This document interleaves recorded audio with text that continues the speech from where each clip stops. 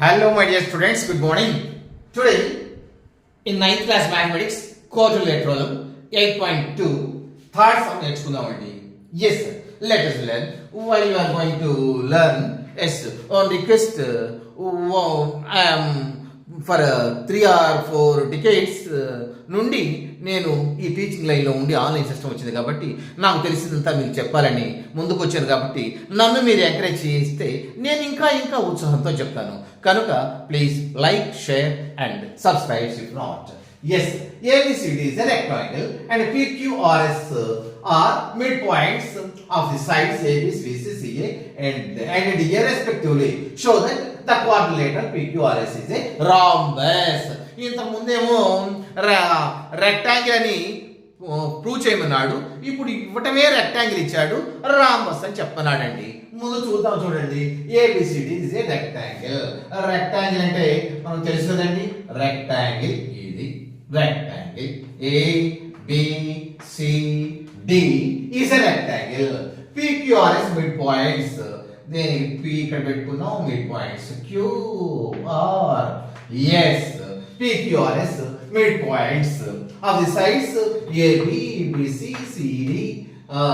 AB first ఏంటండి AB, BC, CA. ఇక్కడ నుంచి వచ్చేస్తే మనం గుర్తుకుంటాం కదా వాడు అన్నట్టు AB, BC, CD.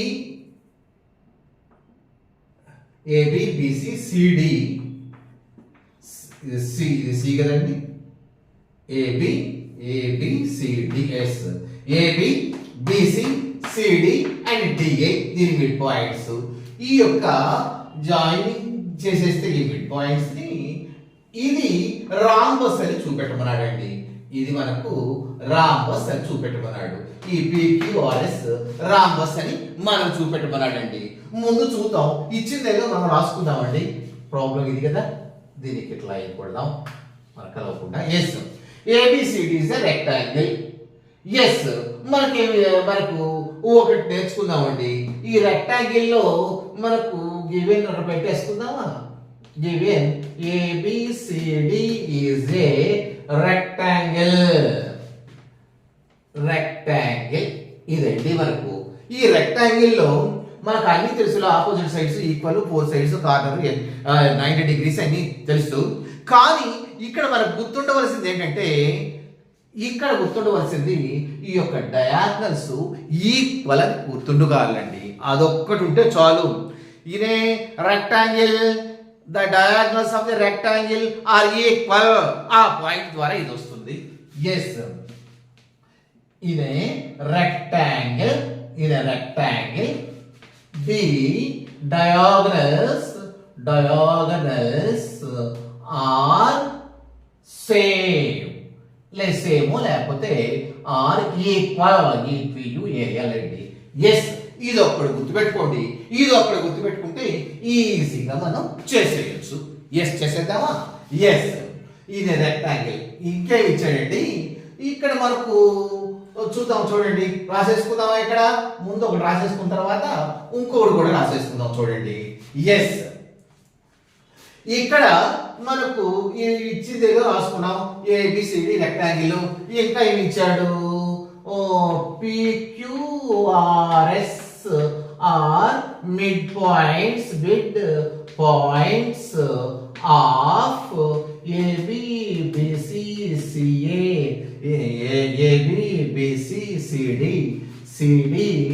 and DA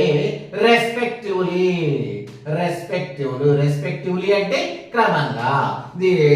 ఏడీకి మధ్యది PQ అని, BCకి మధ్య Q అని, CD మధ్య R అని, DAకి మధ్య S అని వరుసగా ఇవి మిడ్ పాయింట్స్ అని ఇచ్చాడండి.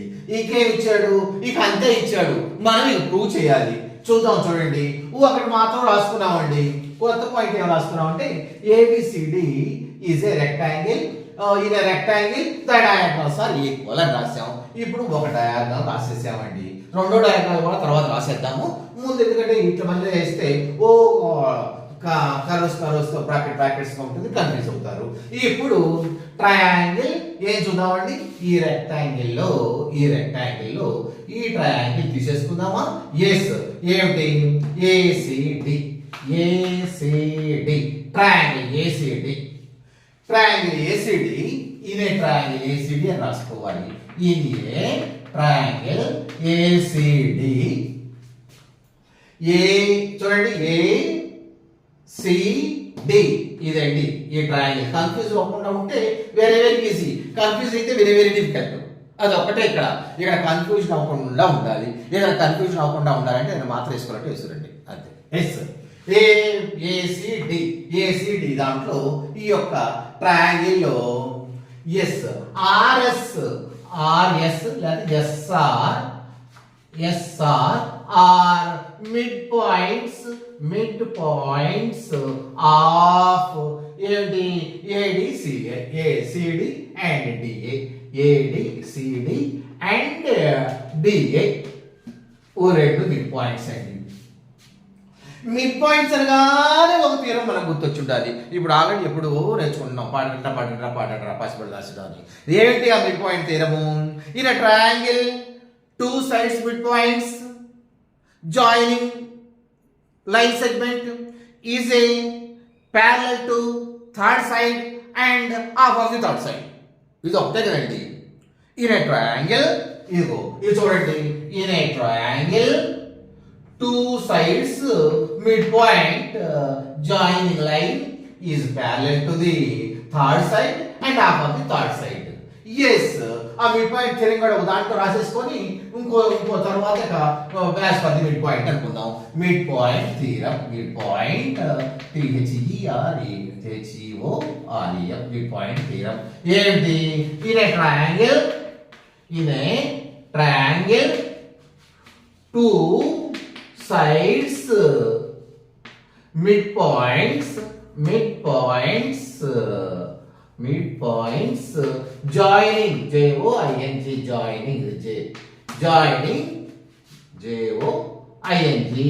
joining line segment is parallel to the third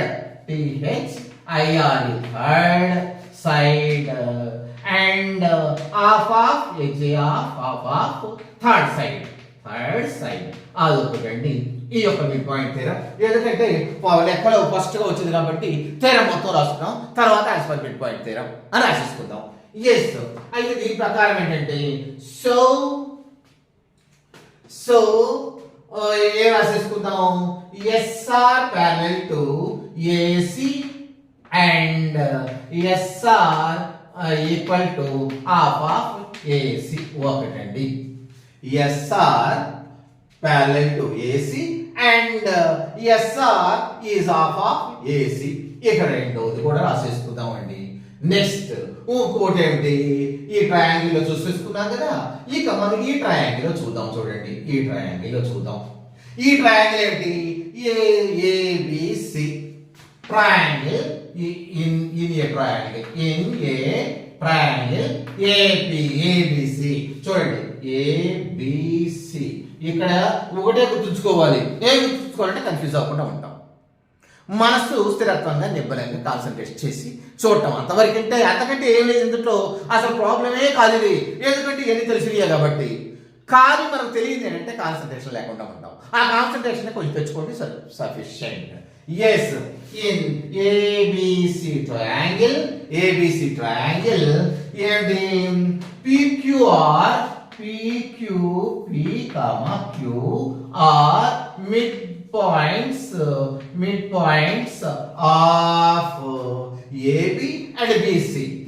AB and BC. Therefore, P and Q parallel to AC and PQ is half of AC. ఎందుకని? Mid point theorem. Mid point theorem THEOREM mid point theorem. ఇది రెండోదండి. మళ్ళీ మనం రాసేసుకోకల్లా mid point theorem ప్రతి point కి రాసుకోకల్లా వచ్చిందని వాడికి తెలుసు. Exam అడిగో ఇక్కడ రాసేసాక శుభ్రంగా వచ్చు. అని వాడికి తెలుసు. ఇది రాయకపోతేనే అని కాపీ కొట్టాడు అనుకుంటాడు, కానీ ఇది రాస్తే ఏమి అనుకోడు. నెక్స్ట్ ఇంకో చూద్దాం, చూడండి. ఇంకో ట్రయాంగిల్ తీసుకుందామండి. ఇప్పుడు అందుకనే చివరిని రాస్తున్నాను. ఈ ట్రయాంగిల్ చూద్దామండి. ఈ ట్రయాంగిల్ ఏంటి? ఇది ఒక ట్రయాంగిల్, ఇది ఒక ట్రయాంగిల్ కదా. ట్రయాంగిల్ ఇది చూద్దామా? ఇది ఏంటి? ABD triangle, ABD. ఇది ట్రయాంగిల్ ఏబిడి లో ఈ PSR mid points of AB and AD. PSR mid points of AB and AD. Therefore ఈ యొక్క పిఎస్ ఏమవుతుంది? P and S parallel to BD and half of BD, and PS is half of BD. దేని ప్రకారం అంటే mid point theorem ప్రకారం అండి.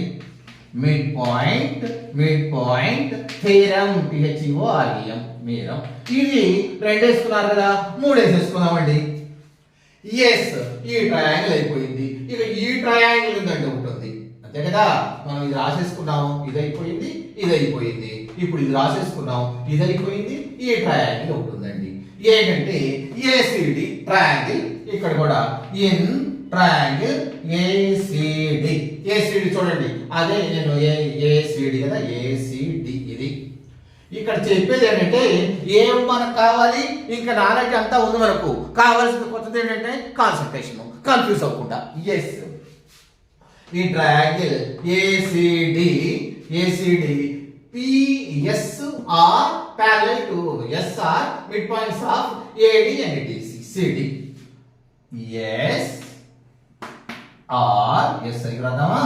SR midpoints of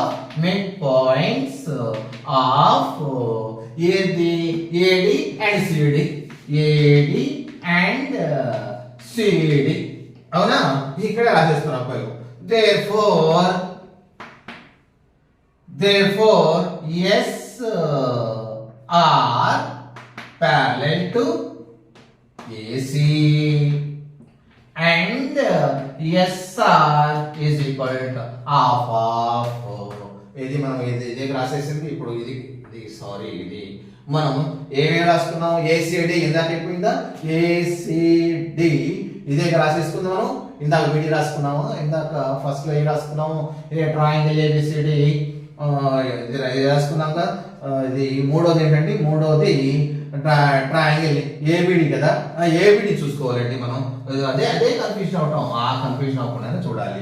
ABD కదా మనం రాసుకోవాల్సింది. ఇది ఏబిడి రాసుకున్నాం కదా, అంటే ఏబిడి రాసుకున్నాం కదా.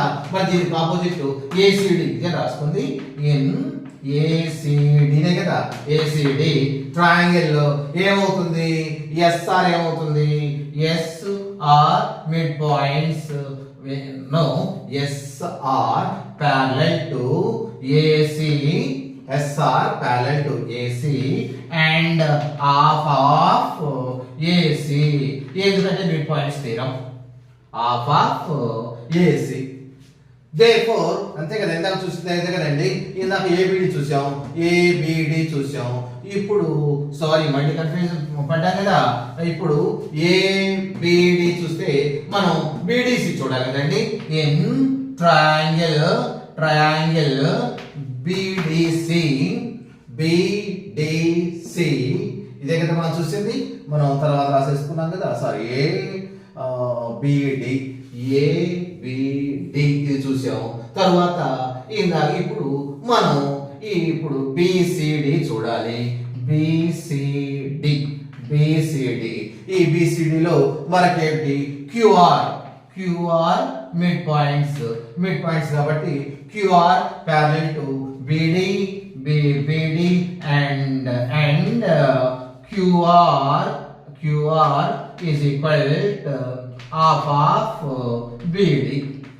ఇది ఎందుకు అంటే మిడ్ పాయింట్స్ థియరం అండి. మిడ్ పాయింట్ థియరం అని రాసేసుకోండి. ఇది 4 వేసేసుకుందాం. ఎస్ ఇక్కడ రాసేసుకుందామా ఫ్రమ్ 1 2 3 4 నుండి ఏమవుతుంది చూడండి PS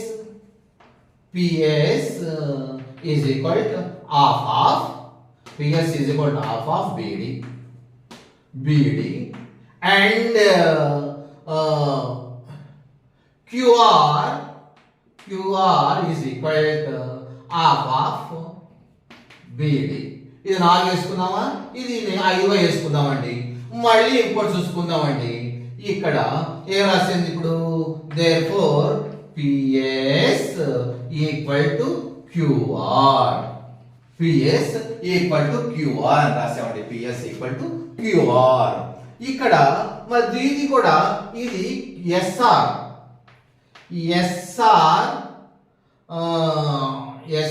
parallel to AC.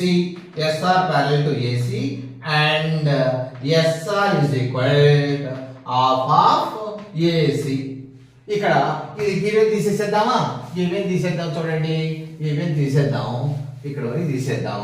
So from 5 and 6 from 5 and 6 నుండి మనం ఏం నేర్చుకున్నాం PS equal to QR. PS is equal to QR. And ఇక్కడ ఏం నేర్చుకున్నామండి, ఇక్కడ ఎస్ఆర్ కదా, ఎస్ఆర్ ను QR, SR and QR, SR equal to QR. ఇప్పుడు ఈ ఎస్ఆర్ ఎస్పి కదా, SP equal to QR, SP కదండి, ఎస్పి ఈక్వల్ టు క్యూఆర్. ఈ ఎస్పి ఈక్వల్ టు క్యూఆర్ అని, అదే విధంగా ఎస్ఆర్ ఈక్వల్ టు పిక్యూ అని మనం రాసుకున్నామండి. ఎస్ఆర్ ఇప్పుడు చూద్దాం చూడండి, ఇది పిక్యూ కదా, PQ equal to SR, PQ is equal to SR, PQ కదా, PQ is equal to SR. SR ఇది PQ is equal to SR అని రాసుకున్నాం. PS is equal to QR, PS అన్న ఏదైనా PS is equal to QR అని రాసుకున్నామండి. ఎందుకంటే ఇది హాఫ్ ఆఫ్, ఇందులో ఇది హాఫ్ ఆఫ్ బీడీ ఉంటుంది, ఇది కూడా హాఫ్ ఆఫ్ బీడీ ఉంటుంది, ఇది హాఫ్ ఆఫ్ బీడీ, ఇది హాఫ్ ఆఫ్ బీడీ అంటే ఈ రెండు ఈక్వల్.